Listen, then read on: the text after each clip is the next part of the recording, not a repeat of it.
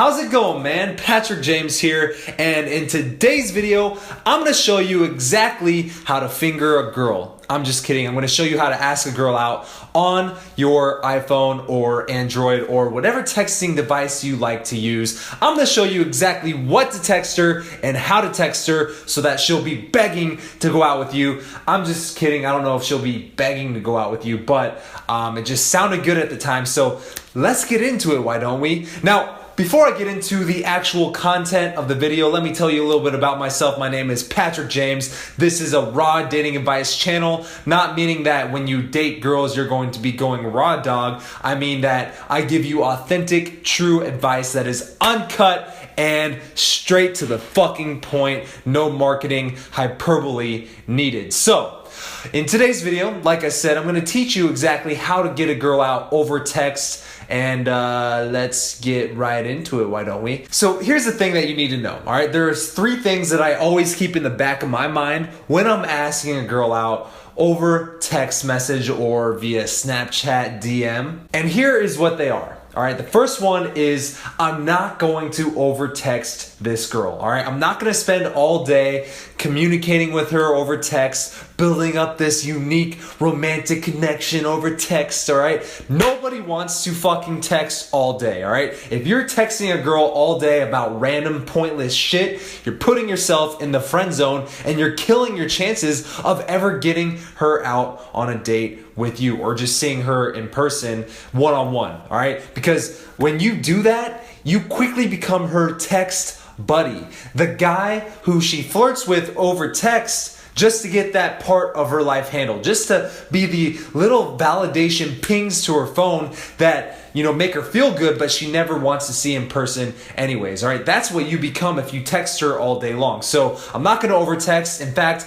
I'm going to shoot for the meetup really fucking soon. So the first one is you do not over text. The second one is I'm always shooting to meet up with her in the first 3 to 4 texts, all right? So I'm going to show you some examples here, and you're going to see that in the first 3 to 4 texts that I send her, I'm always hinting at or shooting for a meetup to see her in a one-on-one type situation, because as we all know, or as you know now, the only reason you should ever text a girl is so you can see her in the near future. And when I say near future, I mean ideally the same day that you're texting her. So that's the second mindset. And the third mindset is the first text that I'm going to send her, the text where I'm like, hey, I want to text Morgan, or I want to text Kate, or whatever her name may be for you.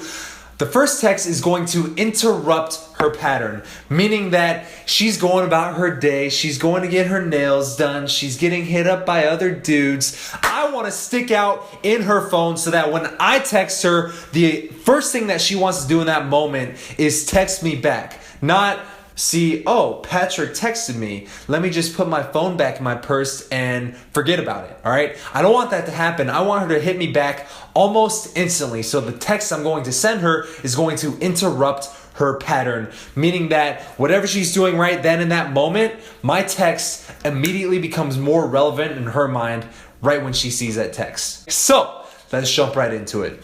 So in this first example, I have blurred out the names because this is the internet and this is obviously my dating life, and clearly I just, you know, love to protect the privacy of the girls that I'm dating. Anyways, let's just call this girl Shh because she didn't shut up ever.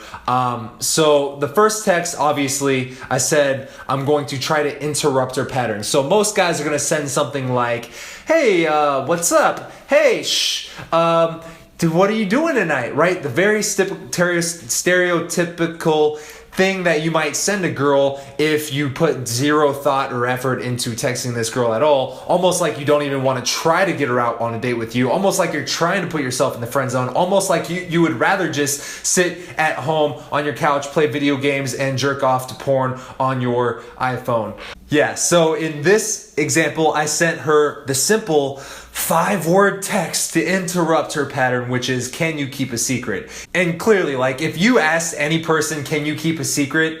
Obviously, they're going to be more interested in that conversation, because when you ask, can you keep a secret? Now it implies that I know something that you don't know, and now she wants to know what I know that she doesn't know. So therefore, she can possibly know something that other people don't know. if that makes sense. Anyways, this is a very good way to interrupt her pattern. Can you keep a secret? And she goes, depending how juicy it is, right? So I said by the third or fourth text, I'm going to try for the meetup. So the second text is where you're free to elaborate on your conversation or your opening interrupting pattern text. So on this one I go, remind me to never tell you anything juicy then, right? It's kind of challenging. It's kind of playful. It's playing on this theme of this playful conversation that interrupted her pattern, all right? So all I'm doing with the second text is keeping the conversation going and continuing the playful and challenging and fun vibe, all right? So now she's working for it. Now she's chasing me because she wants to know the secret. She goes, I'm kidding, haha, what's up?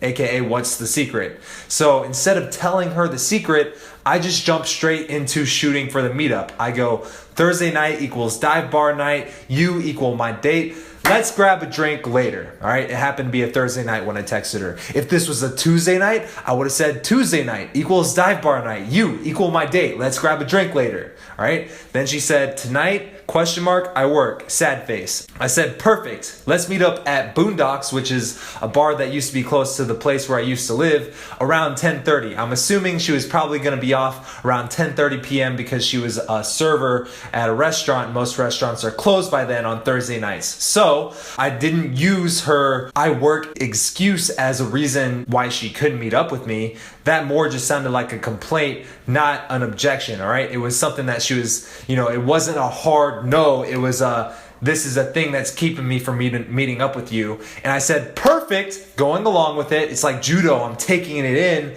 and then circling it back around to both of our advantage. So I said, perfect, let's meet up at Boondocks around 10:30. She said, that's cute. I wish I could get off work, go home and get ready, then meet up at 10:30. I'm lucky if I even get out of the place by 11. And then she said, time to search for another date. All right, it's playful. Now the vibe is set that we're going on a date and she wants to meet up with me, but she just has this objection of she's working. And so I said, that's cute. You feel the need to go home and get ready for me. It's cool. You can just be yourself around me. I don't judge, right? Right now, I'm just kind of playfully batting down the fact that she needs to go home and get ready. That was just another complaint of hers, right? She's complaining that she has to work late. She's complaining that she has to get ready for me. I'm like, hey, those are no big deal. Let's meet up after work. You don't have to get ready, but I'm doing it in a playful way. And I'm also doing it in a way that implies that she's chasing me, right? It's playful. It's a good frame to come from. So she said, ha!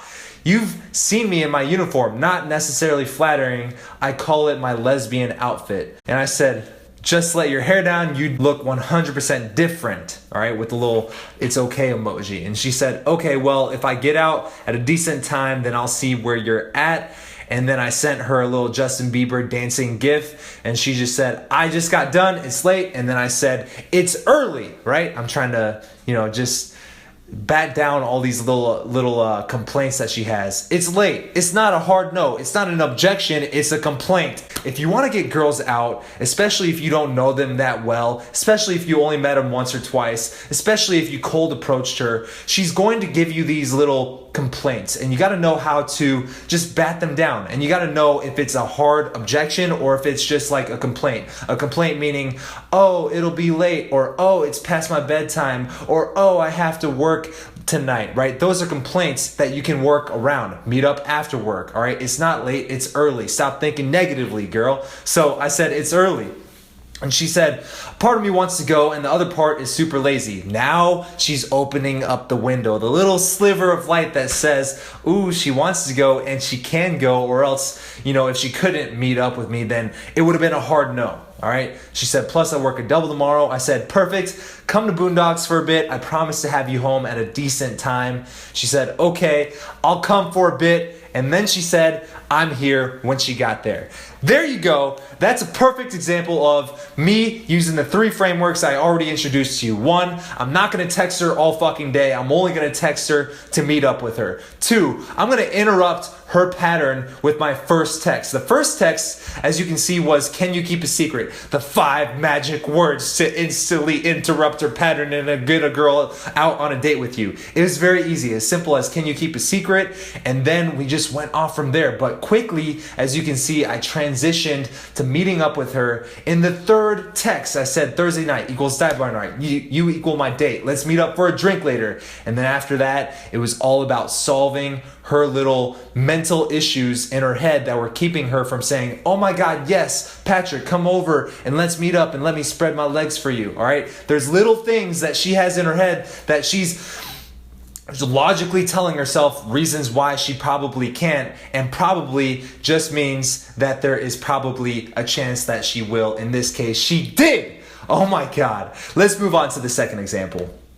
In this example, I have E.T., and I call her that because she had some freaky alien sex with me after this interaction. So she happened to be a nurse, and I got her number after she told me in a conversation that she was a nurse for older people or something. So in this text, I interrupted her pattern by saying, how many lives have you saved this week, right? Playing on the fact that she's a nurse that primarily works with older people. And she said, well, I've pretty much had the same patients, so like 6, and by save lives, I mean more like passing med school and telling them to go to sleep. Not med school, medications, all right? Autocorrect, all right? And then I said, haha, so now that they're out, you can come join me for Thirsty Thursday. So in this text, oh my God, I broke my own rule. Rather than the third or fourth text to shoot for the meetup, I shot for it in the second text. I think in this example, I just went for the second text just because she had triple texted me, meaning that she obviously likes me. Obviously, I interrupted her pattern successfully, and I just got good vibes from this girl all around. So I shot for the text immediately, right? As soon as possible, I'm going to shoot for the meetup. So in this one, I said, haha, now you can join me for Thirsty Thursday. She said, once again, I'm working. Someone has to make sure these 90-year-olds don't die. And then I said, when are you free, right? I got good vibes from her. I know that she's down to meet up with me. She's already texted me quite a bit. She's not giving me one-word replies. She's like investing into this playful conversation that we're already having. So I wanted an alternative night. If she can't meet up with me tonight, I want to know when she can, right? In this case, I know because she's a nurse that tends to work overnight, I'm not going to stay up till 4 in the morning so she can meet up with me. So this was a hard objection. It wasn't a complaint. It was I legitimately can't meet up with you tonight because I'm working, or otherwise I would, right? So she's working. So I said, when are you free? And then she said, I'm off the next 2 nights, which was a Friday, Saturday night. And so I said, that's it. Tomorrow night, we're drinking margs while making fun of everybody else at the bar who isn't. Now I'm like painting a story of something fun that we're going to do in the future. We're both going to get margs, and then we're going to playfully make fun of everybody else in the bar who's not as cool as us because they're not drinking margaritas. So she said, tomorrow I'm probably going somewhere in Scottsdale for my friend's birthday, but you're more than welcome to join us. And that's perfect because at the time I lived in Scottsdale and I was going out anyways. So I said, nice, I'll be heading out there with my buddy anyways. Let me know where you guys go. Oh my God. Oh my God. Now I just solved the issue of she couldn't meet up with me on Thursday night. We're going to meet up on Friday night because we're both going to be in the same place anyways. Problem solved. And so the following night she said, hey, we're on our way to a bar called Patty's right now. We're here. All right, so she's there.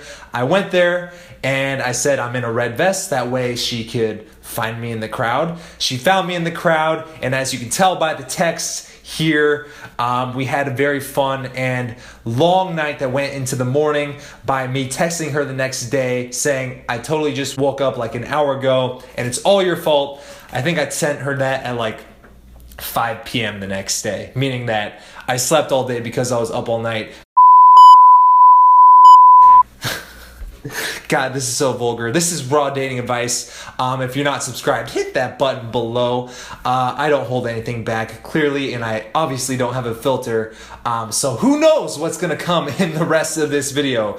Let's see. So let's get to another example.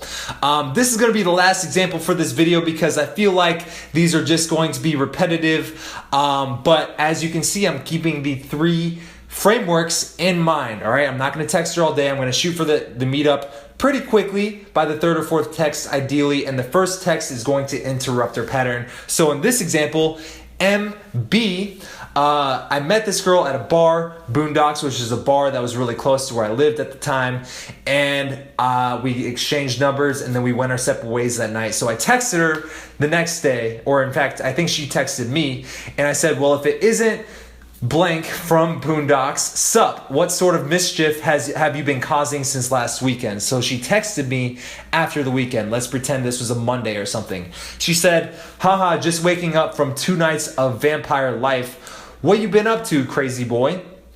I said, vampire life, eh? How many necks were you sucking on last night to just now be waking up at noon? God damn, I'm just so witty. All right, so I guess what happened in this situation is it was a Monday. She was obviously up all night the previous 2 nights, and when I texted her, she texted me back late. It was like noon, so she said she just woke up when she texted me, which is around noon at the time. And so I just kind of rolled with the punches of what she said. She said something about vampire life. She was trying to be playful. So I assumed she was telling me she was a vampire. Vampires suck on necks to eat blood, drink blood. And so I just made this sexual by saying, how many necks were you sucking on to just now be waking up at noon, implying that, you know, the day started a long time ago. Why are you sleeping in so late, girl? So she said, a vampirist can't suck and tell, Patrick. LOL, that sounds far more dirty than intended. And then because I'm like implying that this is sexual, but not overtly saying you're sucking a lot of dick, girl. I said, LOL, get your mind out the gutter, girl. What is the naughty vampirist doing tonight between the hours of 9 and 12? Boom, right there. I just 3 texts in, I'm shooting for the meetup, all right? So she said, haha, limited sleep equals no filter. I'm going to a dinner with some friends at 7, but should be free after that. Perfect, all right? In this case, she solved her own problem. She gave me her complaint, which is I got dinner with friends, but I'll be free afterwards. And so I said, nice, let's meet up for some Taco Tuesday margs at Boondocks around 9:03 tonight. ... but only if you can promise to continue to not have that filter of yours. So let me explain what happened here. Apparently it was a Tuesday night, not a Monday night. Sorry. But I shot for the meetup and I went an extra step further, right? Rather than just shooting for the meetup, I'm going for the specific time and place to meet up, right? Because obviously you got to know when and where to meet or else you can't meet. So I rolled with her punches. I said, nice, let's meet up for some Taco Tuesday at this place at this time. And I made it a little playful by not going exactly 9 o'clock. I just said 9:03. It was just a playful thing I did.